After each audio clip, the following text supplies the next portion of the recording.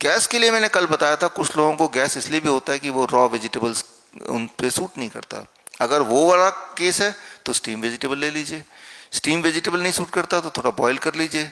तो वो आपको थोड़ा हीट एंड ट्रायल करके ही देखना पड़ेगा, उसका और कोई तरीका नहीं है, एक दिन दो दिन में पता चल जाएगा। इस तरह से थोड़ा हीट एंड ट्रायल करेंगे तो ठीक होने लगेंगे। आप थोड़ा हिम्मत करके अगर पेन किलर्स को आप फेंक पाएँ तो वहीं से आपका रास्ता है। पेन किलर के करते हुए कोई रास्ता नहीं है। अगर होता तो आप ठीक हो चुके होते अब तक, है ना। तो क्या करना है एग्जैक्टली ये मैं और डिटेल में अभी थोड़ी देर में बताऊंगा। तो थोड़ा आगे बढ़ते हैं। अतुल मिश्रा है यहाँ पे? अतुल मिश्रा नहीं है तो आगे कर सकते हैं। आरती जोशी, आरती जोशी है ना। आपका सवाल है फास्टिंग शुगर ज़्यादा आती है तो क्या करें, नॉर्मली कितना रहना चाहिए। अब देखिए, जब हम बोलते हैं ज़्यादा तो ज़्यादा का मतलब क्या है, इसको भी समझना ज़रूरी है। फास्टिंग शुगर क्या है, मैं थोड़ा सा आपको एक्सप्लेन करता हूँ। Fasting sugar is mostly unreliable. क्यों, उसका मैं उदाहरण यहीं पे दिखाता हूँ आपको। हेमंत कुमार तायल हैं यहाँ पे? हेमंत जी ये इधर बैठे हैं। हेमंत कुमार तायल जी जो इंसुलिन पे थे या हैं, उनको हमने स्कैनर लगा दिया। आप में से बहुत लोगों को स्कैनर लगाया। जिन जिन को स्कैनर लगाया, ये स्कैनर आपके 14 दिन तक लगे रहेंगे, उसको हटाइए नहीं। उसमें नहा सकते हैं, सब कुछ कर सकते हैं, वो लगा रहेगा। और आपके हर 15 मिनट का ब्लड शुगर उसमें इकट्ठा होता जाएगा, राइट, रीडिंग टाइम वाइज।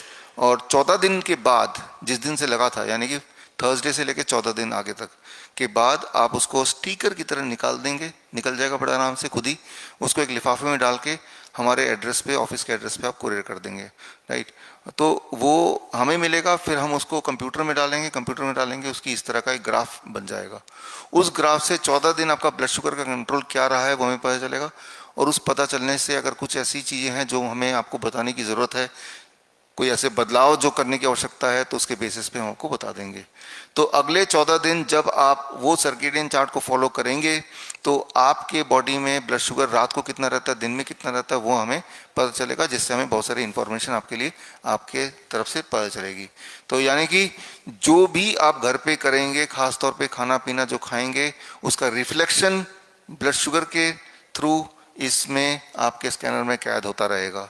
यानी कि अगर आप सोचें कि मैं चीटिंग एक लड्डू खा लूँगा किसी को पता नहीं चलेगा, तो ऐसा नहीं है, पता चल जाएगा, राइट। तो इस 14 दिन मैं यही आपको सजेस्ट करता हूँ कि पूरी तरह से 100% फॉलो कीजिए जो आज अभी मैं आपको बताने वाला हूँ, जो सर्केडियन चार्ट आपके हाथ में ऑलरेडी है। अब आते हैं आपके फास्टिंग के क्वेश्चन पे। इसको देखिए, ये बहुत इंपॉर्टेंट है।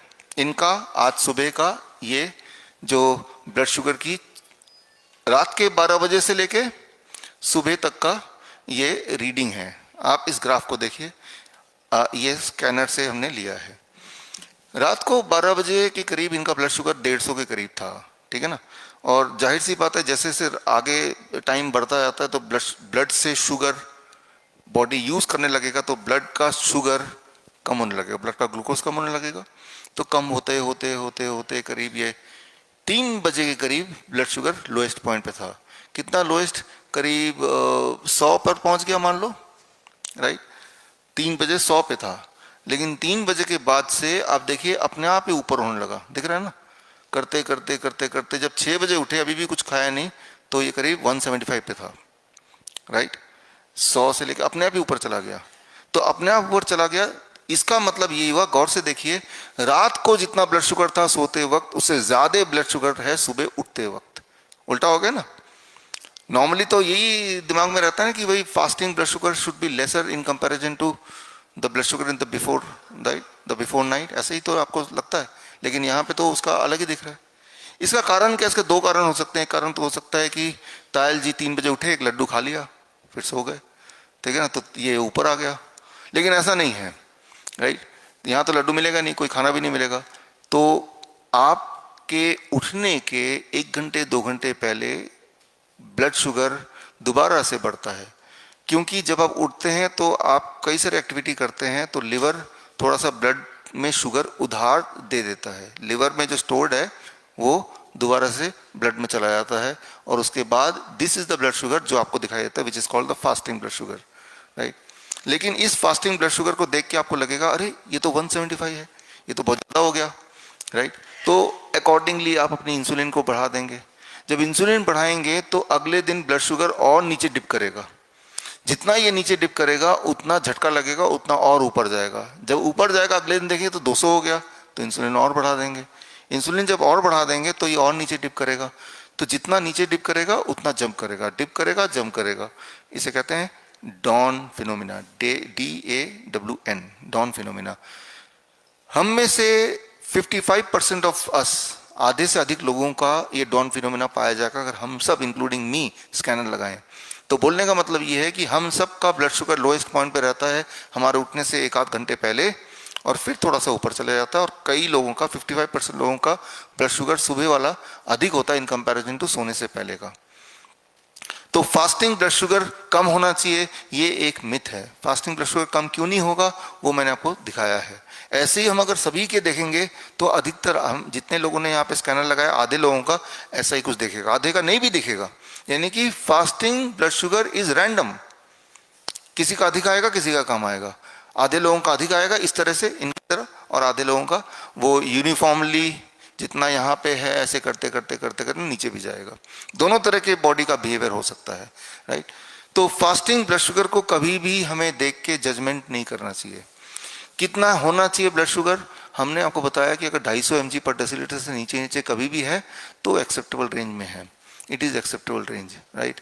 लेकिन 200 से नीचे है तो वो प्रेफरेबल रेंज में है। प्रेफरेबल रेंज और एक्सेप्टेबल रेंज में इसलिए बोल रहा हूँ क्योंकि जो ग्लूकोमीटर से आप ब्लड शुगर मेजर करते हैं वो अपने आप में एक्यूरेट नहीं है, उसमें भी 20 का इधर उधर हो जाता है, राइट। उसका जो टॉलरेंस है दैट इज 20 इधर उधर। आप एक काम कर सकते हैं कि अपना ब्लड लीजिए, ब्लड 5 उंगली से और 5 उंगली का ब्लड शुगर चेक कीजिए। इसी वक्त अगर चेक करेंगे तो 5 उंगली का 5 अलग अलग ब्लड शुगर आएगा, राइट। तो कई बार लोग बोलते हैं कौन सा वाला माने, भाई जो आपको सबसे अच्छा लग रहा हो मान लो उसको, है ना। तो ब्लड शुगर को बहुत ही सीरियसली लेके देखने की उतनी जरूरत नहीं, बिकॉज वो अपने आप में एक्यूरेट नहीं है, लेकिन उससे एक अनुमान लग जाता है, अंदाजा लग जाता है, राइट। उसमें 20 का इधर उधर होगा, 200 का नहीं होगा इधर उधर, उतना सीरियसली आप ले सकते हैं, राइट। कि 400 का 450 दिखा सकता है या 350 दिखा सकता है, लेकिन 400 है तो 200 दिखा देगा ऐसा नहीं होगा, राइट। उतना अनुमान ले सकते हैं। तो इसीलिए हम ये स्कैनर से भी रिपोर्ट लेते हैं इंसुलिन डिपेंडेंट पेशेंट का, और साथ में ब्लड शुगर नापते हैं, फिर दोनों को कंपेयर कर लेते हैं, राइट। तो this is about dawn phenomena. तो कौन सा ब्लड शुगर आपको देखना है, खाना खाने के 2 घंटे बाद का जो ब्लड शुगर है वो आपका एक अच्छा रिफ्लेक्शन है सही कि आपका खून में जो शुगर है उसको बॉडी 2 घंटे में कैसे मेटाबोलाइज कर रही है। तो कभी अगर आपका ब्लड शुगर चेक करना है रियल, तो खाना खाया और उसके 2 घंटा इंतजार किया, फिर उस 2 घंटे में कुछ नहीं खाया, फिर आपने चेक किया, राइट। पोस्ट प्रैंडल ब्लड शुगर जिसे बोलते हैं, या फिर सोने से पहले चेक करेंगे तो वो भी एक सही आंकड़ा देगा, क्योंकि खाना तो आप 6 बजे तक खा लेंगे, सोएंगे 9 बजे 10 बजे, राइट। तो that will also give a good reflection of blood sugar. तो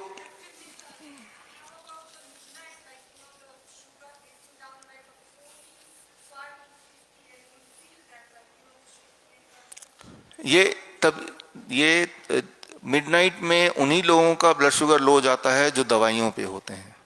नॉर्मल कंडीशन में मान लो आप 7 दिन तक खाना नहीं भी खाएंगे तब भी इतना लो नहीं जाने वाला।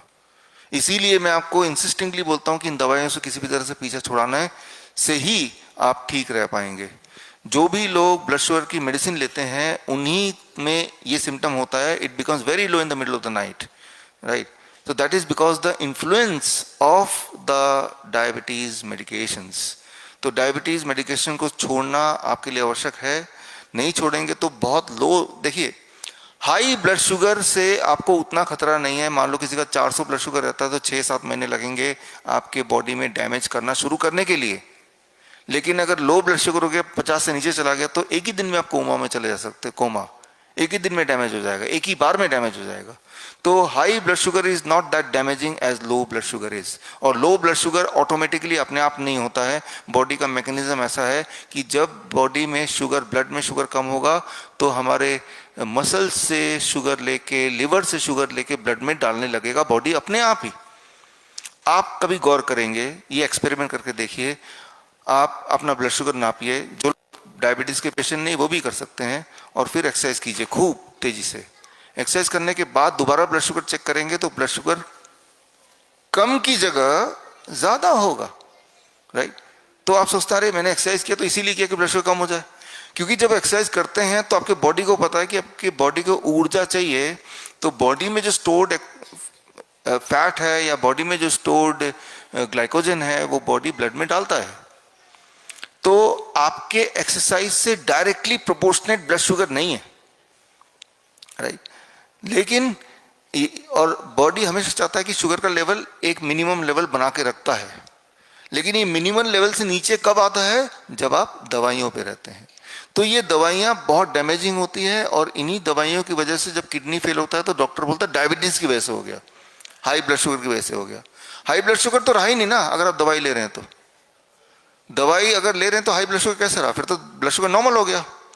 फिर तो दवाई के साइड इफेक्ट की वजह से kidney failure is also called a diabetes kidney failure, जबकि वो डायबिटीज की वजह से नहीं, डायबिटीज तो रहा ही नहीं, because blood sugar you are maintaining normal. अब किडनी क्यों फेल हो रही है, that is the side effect of these medication. और वैसे भी मैंने आपको बताया, जो भी ब्लड शुगर आप चेक करते हैं वो चेक करते हैं दिन भर में, आधी रात को तो कभी किया नहीं आपने, कभी किसी ने बोला भी नहीं। तो असली जो खेल होता है वो आधी रात को ही होता है। ये देखिए, ऐसे ही जिन दिन का स्कैनर है और 14 दिन आप रहेंगे इसको लगा के, 3 दिन तो हो ही गए, 10 दिन 11 दिन और रहेंगे, आप देखिएगा हर दिन का सेम पैटर्न है। धीरे धीरे जिनकी इंसुलिन पूरी नहीं छूटी, जिनकी दवाइयाँ पूरी नहीं छूटी, जो अभी आपको सर्केडियन चार्ट दिया गया है, इसको जब आप फॉलो करेंगे, हर दिन आपका बॉडी अपने आप को करेक्ट करने की कोशिश करेगा। अकॉर्डिंगली धीरे धीरे आपको अपने हिसाब से दवाइयों को टेपर डाउन करना है। आप हमारे हिम्स हॉस्पिटल में या हमारे नेटवर्क में जो इम्प्रूवमेंट होती हैं, जो नई बातें आती हैं, जो नए इन्वेंशंस होते हैं, वो ग्लोबी न्यूज़ के माध्यम से लगातार देख रहे हैं, आप तक पहुंच रहा है पिछले कुछ सालों से। तो मैं आपको ये गुजारिश करूंगा, जिन लोगों ने अभी तक ग्लोबी न्यूज़ को सब्सक्राइब नहीं किया है वो सब्सक्राइब कर लें, ताकि आपको रिमाइंडर मिलता रहे और आसान इंटरेस्टिंग नई बातें आप तक पहुंचती रहे, ताकि मुश्किल दिखने वाले जो प्रॉब्लम्स हैं हेल्थ रिलेटेड वो आसान भाषा में समझ पाएँ और अपना डॉक्टर खुद बन पाएँ।